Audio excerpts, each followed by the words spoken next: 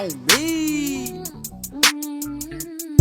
My affirmation. What it do? What's up? Your girl G here. Hey, how you doing? What's up, you guys? Thank you for tuning in.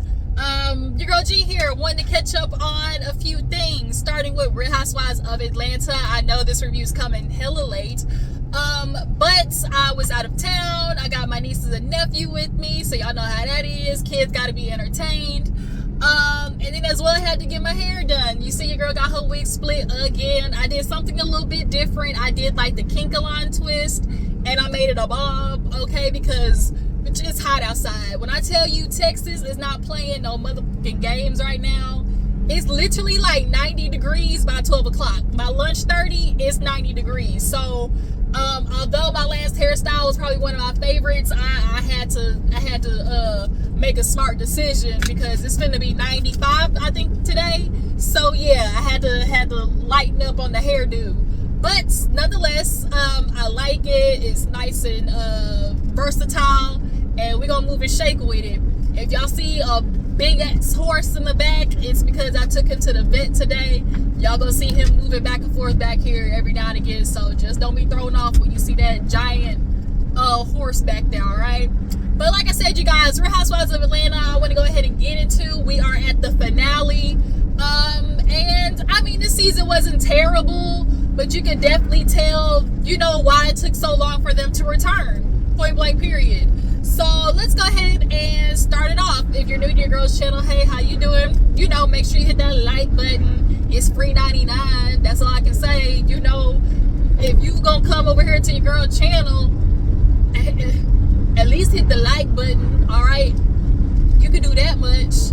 And if you can't, shit, don't make me close the doors, okay? Don't make me close the doors, all right? I will close the doors for a like, all right?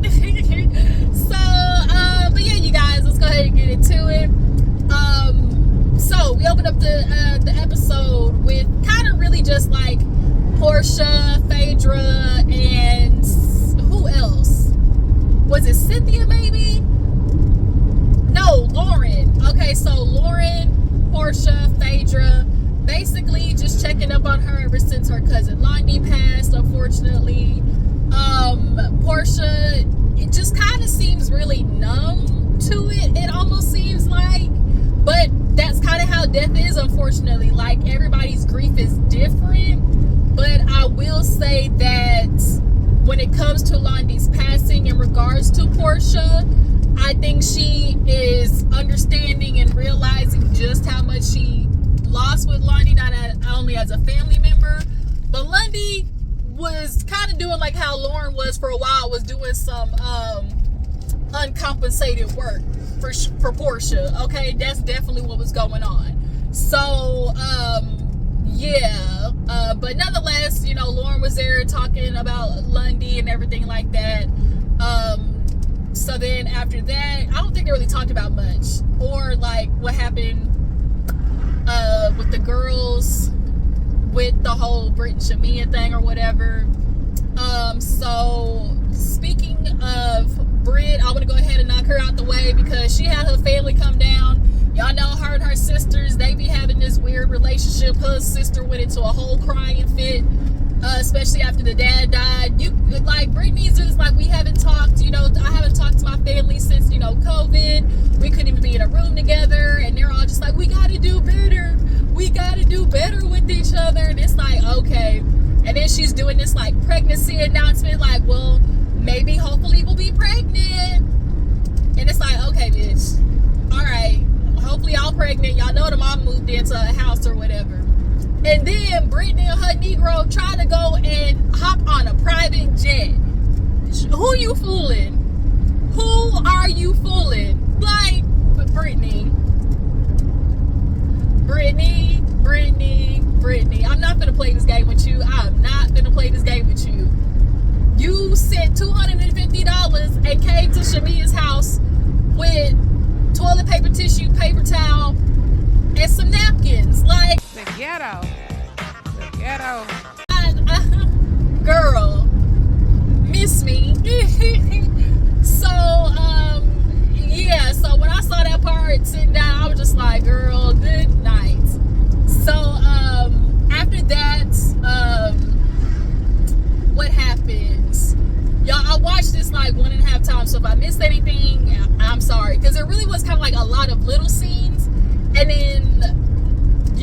just the gala at the end.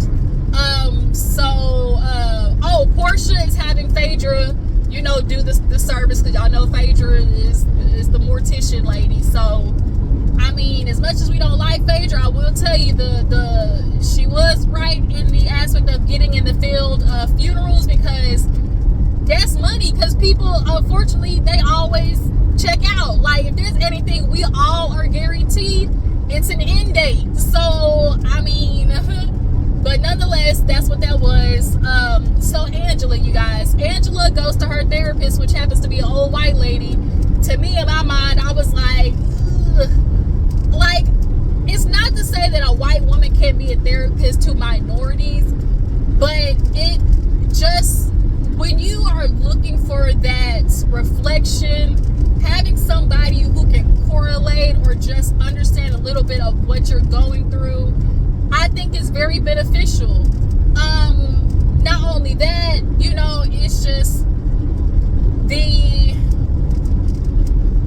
maybe the empathy and just the understanding of a black woman. Like, I just kind of feel like that's important. Like, my therapist, I was determined for her to be a black lady, and that's what I found. And so I'm glad I found not only is she black, but she Caribbean, so I definitely hit the jackpot with my therapist. But from what we saw, Dr. Wendy, she was offering a lot of good points. So Angela goes to see her, and she actually fills us in that her and Charles went to her together, and also her and Charles see her separately. I don't think Charles should be seeing Wendy, period. Charles needs a black male therapist, because unfortunately, men in general, but just men like Charles in particular, they don't listen to women. They don't, let alone a white woman, they're not gonna listen to her. Men only listen to men. That is just the unfortunate truth about it. Men only consider, a woman can say something till she blue in the face, but let a man say it. Oh, okay, that makes sense. I'm gonna stick to it, need male therapists. And it's not for the sake that a woman therapist can't help them. It's just that I personally feel like the effectiveness of a therapist, I think it would just be a lot more if it was a male. Like, you really think Charles is listening to that lady? And clearly not, because Angela, you still dealing with the same bullshit that you did in the beginning of the relationship. So Angela starts telling Wendy about, obviously the trust issues that she's had with Charles, and now she's dealing with being in this group of ladies, and feeling like, damn, these ladies are coming for me, and so she's kind of like, I'm gonna be on defense mode, especially with Charles. And she's like, I told him, and of course he wasn't happy about it. And basically Charles threw out the, well, do you trust me? And it's like, yeah, I trust you. And so the therapist was like, well, do you trust him? And she was like, I get it, because I definitely went through a period of not trusting Charles. And in the way the therapist was like, well, justifiably so. The image, I laughed, because the way that therapist just looked at Angela, where she was just kind of like, well, you didn't trust him, but you kind of were justified, And so Angela admitted that she's like, justifiably so. He has cheated on her in the past. And she was dealing with that. And what Angela, you can tell, definitely struggles with in dealing with the type of man that Charles is because, he is successful. He is, he does keep himself in shape. He does do, community work, and he at least cooks and cleans shit, so a lot of women always kind of like settle in the essence of like, if I can get at least one thing better than the majority of what women are dealing with, then I feel like it's worth the suffering. So for Angela, she's feeling like, well, damn, I at least got a man who cook and clean. Hell, it's a lot of women who can't even get a nigga to pick up his own damn boxers with skid marks off the fucking floor, So having a man like Charles is like, for her, she's like, well, shit, like, I'd rather put up with this, especially for the fact that he at least got money. So then we get to these houses with Angela. So Angela, I guess, is kind of like, disappointed with the whole, houses and everything like that, because I feel like Angela, I guess, went to Charles with this idea of getting these houses, and she was like, I feel bad because he kept telling me like, no. But from the beginning of the season, I remember her saying like, I go to Charles, or like I want to show him that I can do this.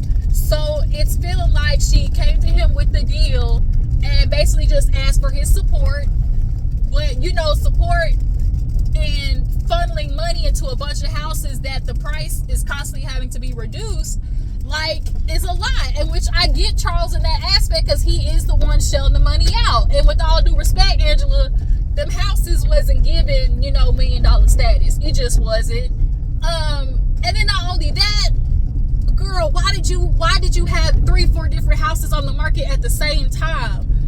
If you are gonna jump into something like renovating homes, especially with how fickle the market is, you should have started with one house. I don't know if she did kind of like, sometimes you can do like those deals where like you'll find like foreclosure deals or like house market deals or whatever, and it's like you could purchase all these houses for one flat price type situation. And I'm feeling like that's what she did.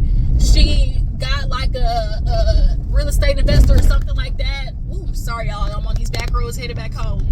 And purchased all these homes thinking that she was finna get a deal, and it turned out not to be true or not to work. And so now she's just kind of like, she feels bad because she's like, if I had to let these homes go. And so of course in that aspect she's feeling like a failure, one, and two, it's like, damn, I couldn't even hold my end of the bargain, and having Charles, prove to Charles what I did, because you can tell she very much is always doing the like wanting Charles' approval, but yeah, so she talks with the therapist about that, as well as like just going forward and trusting Charles more, because she's like, well, what did you learn?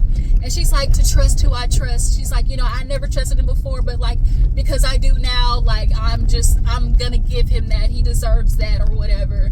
And it's like, all right, Angela, like, the fact that, allegedly he wasn't trying to admit that he was married to you. The fact that, because then she was like, I guess with the therapist, she mentioned something like, oh, he would wake up and something. And Andrew was like, yeah, I don't want to get into that. Because when he was like, with the way that he wakes up, crying or something like that, I was like, this nigga got PTSD? Like, that's what it sounded like to me. But Angela, it really is unfortunate that, like, Charles is the nigga that basically stonewalls. He is the emotional starver in the aspect of, like, I know you want these feelings out of me. I know you want these emotions out of me. But I'm not going to give them to you because it's a funny game to me. A lot of men be having these little battles in their head with their women that women have absolutely no idea about. They're doing these little things in their mind to have these like silent get back moments at you, or to just like one up you or sun you. And that's what Charles does. It's like, this woman is simply asking for some type of, reciprocation, some type of emotional acknowledgement. And the fact that the 3 words of I love you can't come out of your fucking mouth, Charles, Angela, that says a lot. You've been married to this man and he can't even give you a I love you. And then, well, I can, I choose. And it's just kind of like the excuse of, oh, that's just how he is. And the excuse of like, Charles is the lovable asshole. Like, I'm sorry, it's not. It ain't it. I'm sorry, that's just not the move, Angela, but I get it. You and your mind are just kind of like, this is who he is. But I just feel bad for you. I really do. I really do. And for the fact that, do y'all think Charles is still continuing to sling that community peen everywhere, that community sausage everywhere? Because I do. And even though the boy Marcus basically, came to the party and stirred up some shit, him saying that he saw Charles at the restaurant with 2 other women in June, she was like, oh, that's a lie because he was coaching the big 3. And in the back of my head, I was like, that don't mean a motherfucking thing. These niggas will catch a flight so fast for some ussy, for some nussy. They will catch a flight so fast. All that man needs is, all he needed was time and opportunity, and he was gonna be with a woman. So like, to me, the idea of like, oh, he was coaching don't mean jack shit to me. It really don't. Hold on, y'all, let me let this dog out just a second.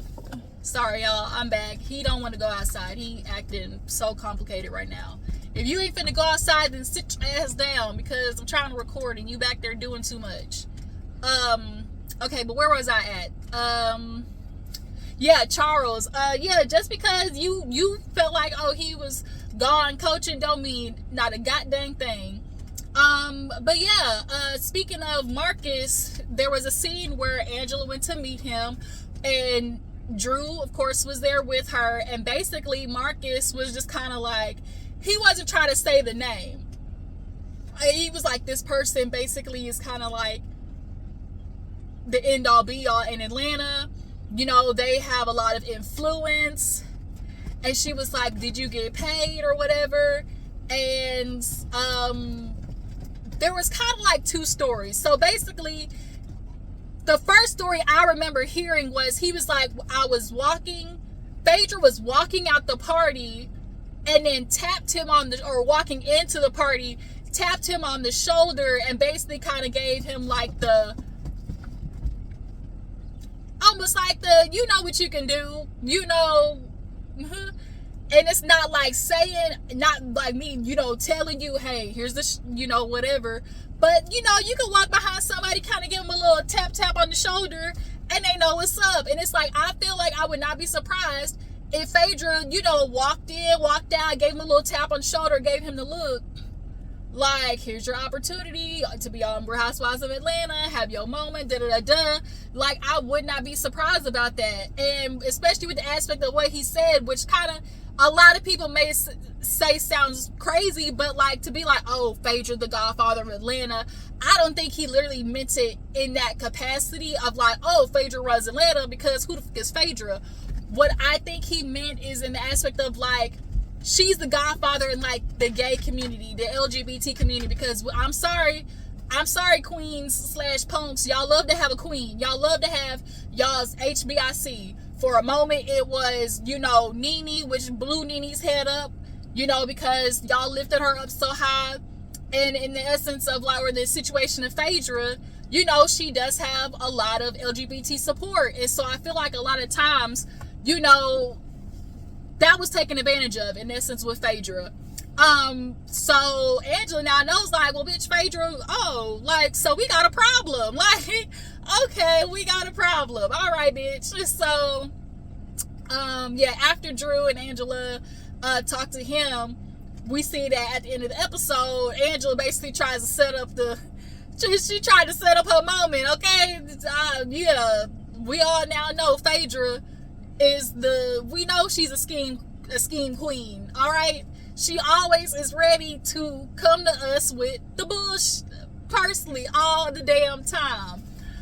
She still ain't owned up to the bullshit she came to us with last time, the scheme. She really is like just moving on as if nothing happened. This is why her and Porsha are perfect friends, because they do effed up stuff, but then literally try to move on like ain't shit happened. Like, ma'am, nobody forgot what you did. Like, nobody forgot. Like, are you crazy? You don't think you said all this stuff? Hold on, let Candy talk. Your ass is on tape saying it. But yeah, so after that, there was a scene with Ralph and Drew. Ralph called Drew, was like, can I come upstairs? And she was like, yeah, that's fine. I said, he was like, well, you're not gonna ask permission to come upstairs. All right, Negro. I rarely get these, but I decided to splurge today because my Munions came in today. I got a small mocha frappe from McDonald's. To me, the Frappuccinos are way better at McDonald's than Starbucks, ironically. I feel like the Starbucks ones, it's like the Frappuccino iciness of it never happens. Like, it literally is just liquid. At least with the McDonald's frappes, I feel like I'm kind of getting like that frappe, like, texture. That's what I want, you know? But nonetheless, Ralph comes upstairs and he's playing the piano. She's like, oh, you missed it? He's like, yeah. Because remember, Drew said that was one of the things that they kind of, bonded on was music. But nonetheless, Ralph hit her with the, before we could talk about, anything going forward, we just really need to ask ourselves, like, how did we get here? How did we get here? And it's just kind of like, don't be trying to come to us with the anonymous. Like, I'm going to need you to not do that, because the fact that you don't even want to try to, like, act like you are considerably a part of the reason of why you and Drew are here. Your ass is living in the basement, Ralph, and you don't want to leave. Like, you don't want to move out. That's probably how you got there. Or the fact that you went to Florida, ain't tell no motherfucking body, and you was gone for 3 days. Maybe that contributed to it. Maybe the fact that you have been literally confirmed to be with other women. Drew got the receipts, okay? But he wants to always constantly talk about, what Drew is and who she messing with, as if that's the reason that y'all are in the situation that you are in. I always laugh when finally it's like a woman in the situation finally maybe has done some dirt, or potentially, like, decided towards the end of the relationship, like, F it. You want to go out here and screw around on me? Let me go find a zick to hop on in. And here go dudes constantly want to be like, oh, look what she did to me.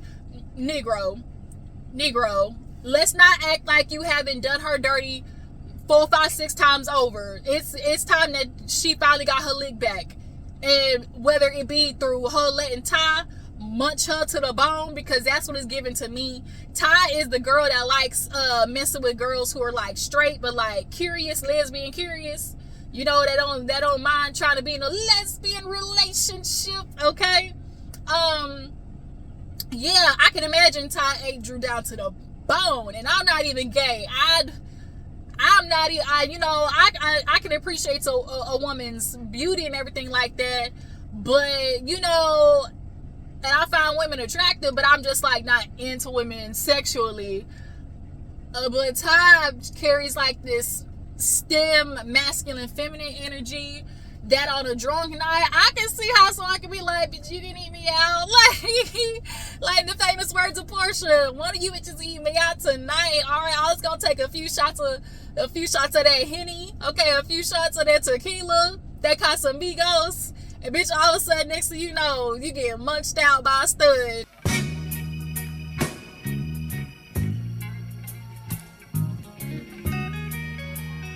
I tell you. But yeah, Ralph was just like, oh yeah, we need to do better with co-parenting, and he tried. I guess he tried to make her look bad with the, the courts basically awarded you with the kids, and so, like, I can't see them, and she was like, well, yeah, the courts awarded me that, but that's never, like, you can always ask me. He's like, I don't pick the kids up from school. I don't get to drop them off. I don't get to see them. And she's like, okay, but, like, you can still ask me. At no point would I ever keep the kids from you. And that's that bullshit I don't like, where men be trying to act like, oh, the kids. Y'all don't never think about the kids when it comes to working on keeping the relationship together. That really is what makes me, like, you need, like, shut the fuck up. Like, with this, the kids. Because if you really cared about the kids, you would treat the woman right that is responsible for their well-being. You would treat the woman right that is responsible for their growth, as y'all consider the women responsible for kids' development and growth, but you're treating her like trash, expecting your children to be in a healthy manner. That don't go together, bitch ass nigga. Ralph with your goddamn cone-shaped head. Ooh, I can't stand Ralph. I really can't. But nonetheless, I didn't talk about them too long. Drew, Ralph, y'all know what happened with them. So what else happened? I feel like something else happened before. Kelly. So Kelly, she is in the house cooking with her daughters, and she basically is, discussing how the restaurant is on kind of like a delay.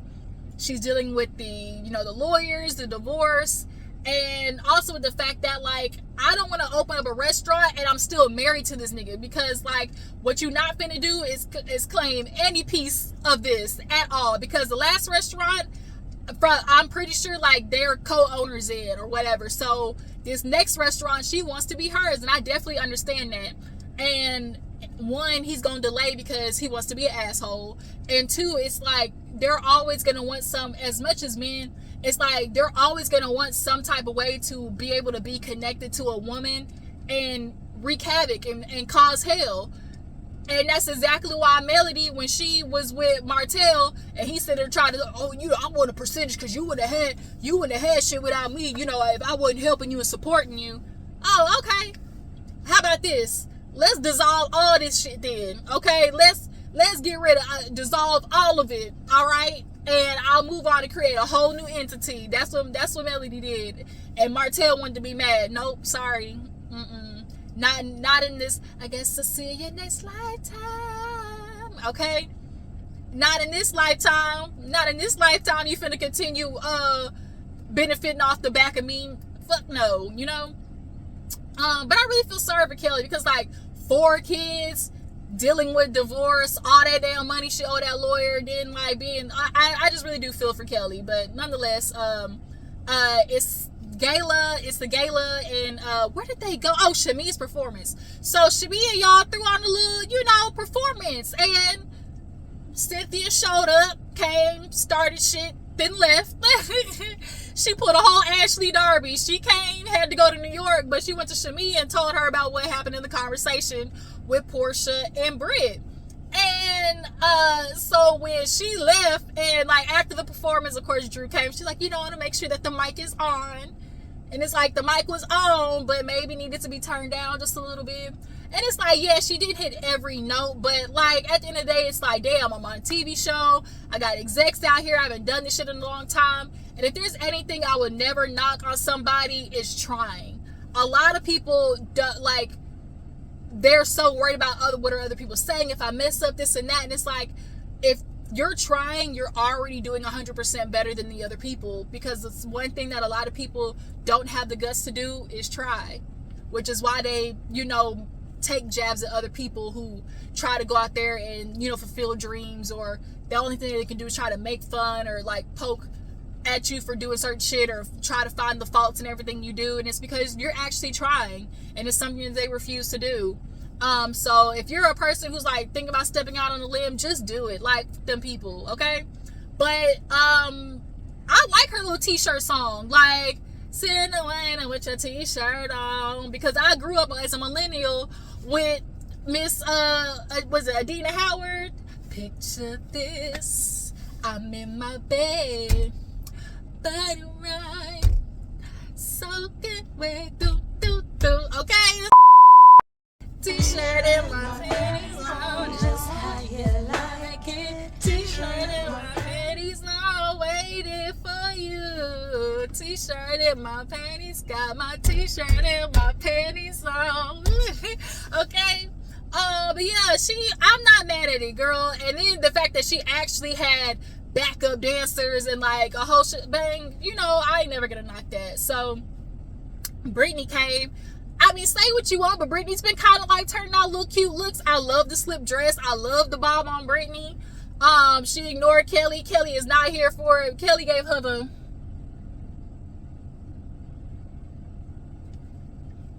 Nope. Ignored her, and it is what it is. So they all get to the back, and everybody, of course, is congratulating. And so Angela talks about, you know, the ladies being invited to the gala. And she's like, yeah, you know, just come, you know, show out, give support or whatever. And somehow followers came up. And so Angela was like, how many followers do you have? And she was like, oh, you know, I think 150 or whatever. And Brittany goes, 80,000 of those surely just disappeared. But they real fake, ain't they? You just got them. And Kelly was like, oh, like, I see somebody's been paying attention to me. It's giving real, girl. Why you worried about my business? why you worried about my business, bitch? Like, this ain't got nothing to do with you. But Brittany made that remark, and then they started going back and forth again. And so Kelly mentioned to Angela, because she's like, well, followers, whatever. She's like, just make sure your followers donate. And Kelly said, well, make sure to give her a number because, she don't know, what she said, make sure to give her a number because we know she don't know how to do that or something like that. I was like, damn. Because they was, Kelly and Brittany was going to go at it for round 2. And then the girls was like, not here, okay? So, but Brittany did go for a round with Shamia though. So Shamia pulls her to the side and addresses the fact that she told Porsha about these text messages. And Britt, she a lying ass heifer, but I don't think she's lying in this situation. I think that Britt, Kelly, and Shamia were going out having drinks, and Shamia was venting, of course. And that's that. Shamia's been venting to whoever will listen, but then at the same time be like, Porsha's always going to be my sister for life, and I'm going to make sure to try to always hold this relationship together because I'm just that type of friend. Okay, and see what type of friend she is to you, bitch. Couldn't even show up to your birthday on time. But she was like, girl, I never told you that. She was like, yes, you did. Oh, really? She was like, girl, you ain't nothing but a liar. You what she say, a streetwalker, pill popper. Like, she was on her. She was like, make sure to keep your clothes on this time. And then she was like, oh, word. She was like, yeah, I got naked and what? She was like, well, I'm glad to see you dressed up for the occasion today. You finally got some clothes on. And so Brittany finally hit her with the, oh, well, how's your daughter? Because it seems like you didn't see her. You was in Miami, basically pussy popping on the headstand with Kelly. And so Shami's like, don't even bring up my daughter. And this was the situation where everybody's like, oh, Britt fell out with everybody. And they're wondering, like, why? Who was it? And it was because, and Shami's like, yeah, she talked about my daughter. In this instance, did she talk about her daughter? Not per se, but what she said, definitely, if I'm somebody and I had that response from another person, I definitely wouldn't fuck with you, but Brittany ain't saying nothing that as well also that a lot of people haven't been saying, which is like Shamia definitely is leaning into the situation with her daughter, her illness and stuff like that. And that whole HVAC situation, I'm telling you, with the baby freezing, if the baby was cold, I feel like that husband is scapegoating the nanny. Because you talking about, the nanny was in there with the blanket on. What the fuck else was she supposed to do? Like, this ain't her house. So, hell, I'm going to cover myself with a blanket. But, like, it's literally your air conditioning system where, like, about that. So, if your baby's room is cold, that shit's on you. Because you home, right? Am I tripping? Y'all drop down in the comments. So, Shamia had it with Brittany. She was like, girl, you bye. Ain't nobody listening to you, believing none of that shit that you saying. And, yeah, she leaves. Shamia's outfits was cute though at her performance, but that dress she wore to the gala, burn it with them damn chains across it. It definitely was just giving real 2010. Somebody just got on the scene, like the chains was looking glued on. I'm sorry, Shamia. Like, Shamia got, I don't want to say she got taste, but she got an idea, of what fashion is. But there's definitely these moments where always be like, ooh, that was that one little extra thing that you did not need, girl. So we get to the gala and, everybody showed up, trying to be there for the folks. And they raised $107,000. The goal was $50,000. And I'm like, see, that's how you do it. Them bitches with Phaedra on Married to Medicine, we gonna get $100,000 or whatever. And Phaedra to be like, oh, I basically covered the difference. And it's like, you really do, it's a better look to like say, hey, let's only do 50,000 and then raise 75, because at the end of the day, it is hard raising money, one, and two, even though people may have the money, don't mean them bitches ain't stingy, because if there's the richest people sometimes be the stingiest, trust. But yeah, they raised $107,000. Charles, he goes through feeding the communities. And, it is what it is. He at least can do that little much and be good to the folks around him. But the fact that he has a capacity to be good to other people and, like, he can't even manage to do that for you, his wife, is kind of even worse in my book. But yeah, so all the ladies convened to help Porsha because she was, started tearing up. I think the reason she started tearing up, one was after she got the donation from Angela. I really feel like it should have been on behalf of Lundy, not like, oh, we want to give this to Porsha and like for Lundy. I feel like it should have been like on behalf of Lundy, and then Porsha just collected it. Cause bitch, Porsha ain't did shit for none of her grandfathers, nothing besides that fake ass stuff that she did that one season. Girl, bye. Yeah, so she teared up. I think she started tearing up because when at the end that song came on, that lady was singing a good old nice gospel song. I feel like it hit her spirit a little bit. That, you know, it's different with that music. When a song can do it to you, y'all. So she back there crying. Shami is holding her. Every time it's a situation, here come Brittany, I got you, girl, I got you. She was holding on to Porsha, and it's like, bitch, like, you ain't even like, you, like, it's always like she's in the middle of these big moments of us sisterhood. I got you, girl, I got you, bitch. Ain't nobody asked you to hold my hand.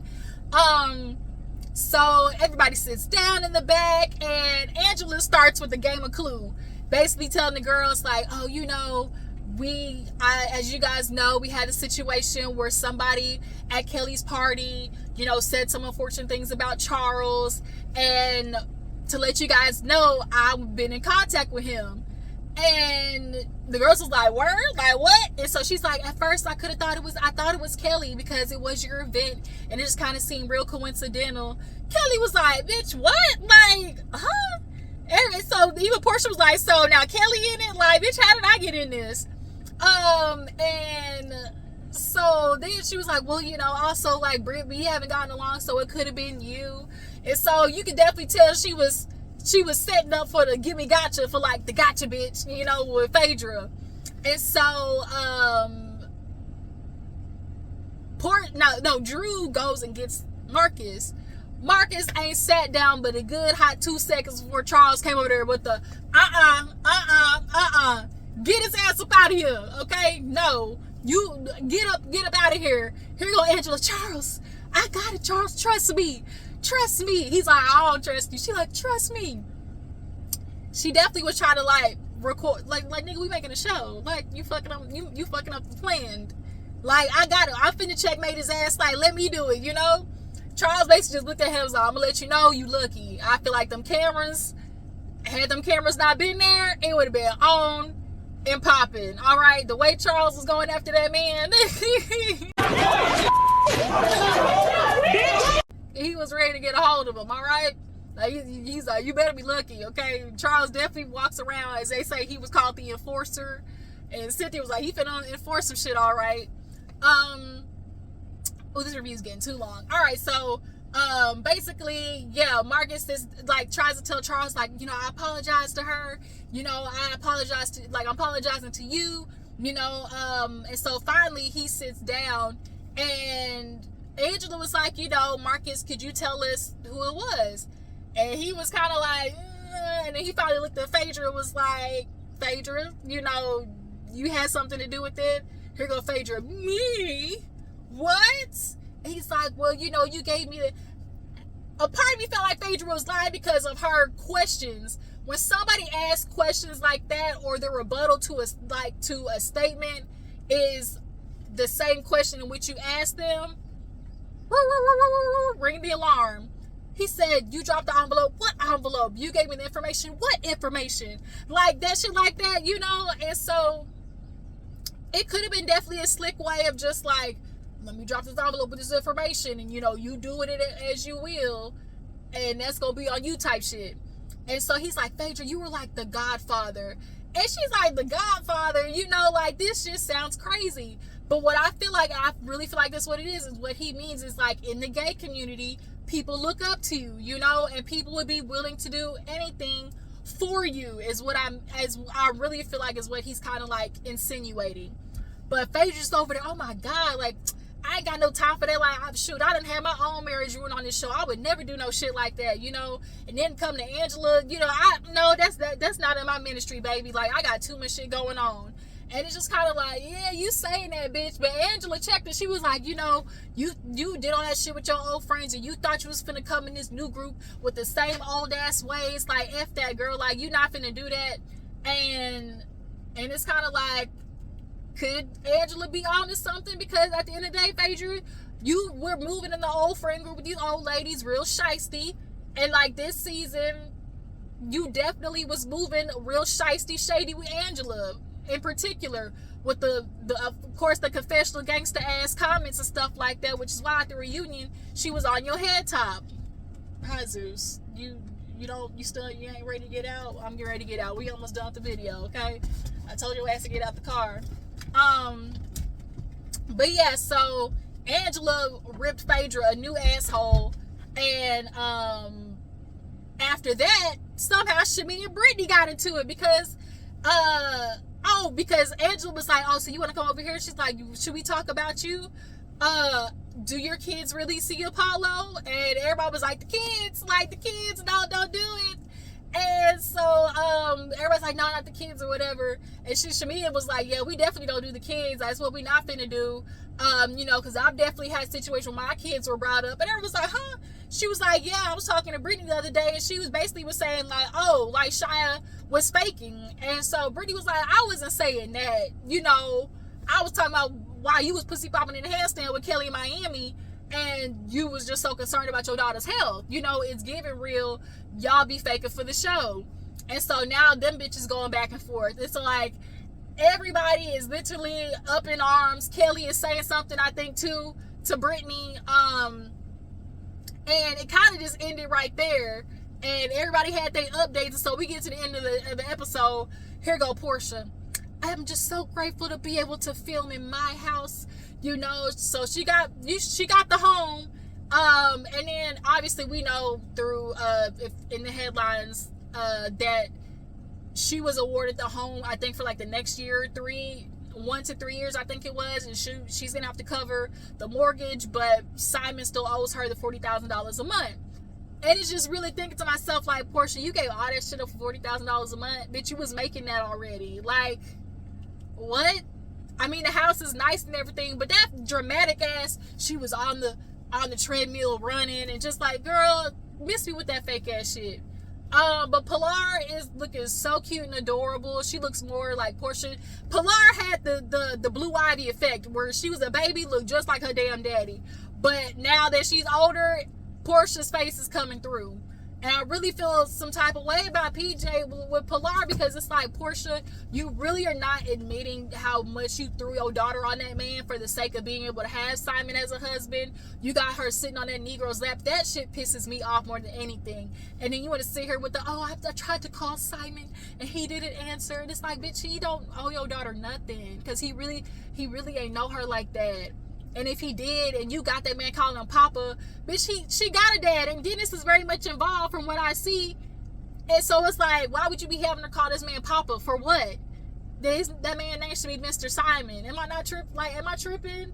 Like, Porsha, and then this lie she keep telling herself, like, oh, this is called growth because this time I didn't allow myself to get pushed over. I stood up for what's right.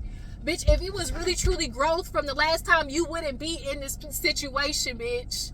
If it truly was growth. Like, this was like her and Phaedra, the way they can dilute themselves, the way they can operate the Lulu is baffling to me. It's about, oh, this is growth. I allow myself not to get pushed over. Girl, growth means your ass wouldn't be in this situation in the first place. Your ass should have learned from the first damn divorce and marriage. But okay, I digress, because you were just so gung-ho and persistent on having you a Nigerian African to be able to compete with Shamia, and to like just rub in everybody's face that you got this African, and it's just tragic. So yeah, you guys, that I think pretty much was Housewives of Atlanta. If you stuck all the way through, I appreciate it. Y'all make sure to drop it in the comments. Tell me what you feel about this season, feel about the episode, how you guys feel about, do you guys believe that Phaedra had anything to do with the situation with Charles and Angela? Do you guys feel like Brittany, I feel like Brittany at this point had decided she wasn't coming back, and so she's like, bitch, I'm gonna go balls to the wall, I'm gonna go out swinging, bitch. She came after Kelly and Shamia at the end. She said, bitch, I'm gonna go out swinging. If y'all gonna make me the victim, then bitch, I'll be it, Yeah. And so, Cynthia tells Porsha at the end of the episode, she was like, I told her because, like, if it was the other way around, like, Porsha, I would have told you. Because Porsha's like, bitch, why you telling? She was like, I mean, I feel like it was fair because if the roles were reversed, Porsha, I would have told you. And so Porsha tells Phaedra and Cynthia about the conversation that she had with Shamia. She was like, me and Shamia sat down and, you know, we discussed our friendship, and Porsha made it seem like, oh, if that's where you want to be over there, like you feel comfortable, you know, talking to whoever wants to listen about your problems with me, then so be it. But when you come back, I'll still be here. And it's like, bitch, that fake ass conversation that you had with Shamia is exactly the reason why we finna get to this reunion. And when Andy asked y'all where's y'all friendship at, that bitch is nowhere. That's where it's at. No motherfucking where. But yeah, you guys, I appreciate you for tuning in. Follow me on Instagram and Twitter. I will catch y'all hoes later. Deuces.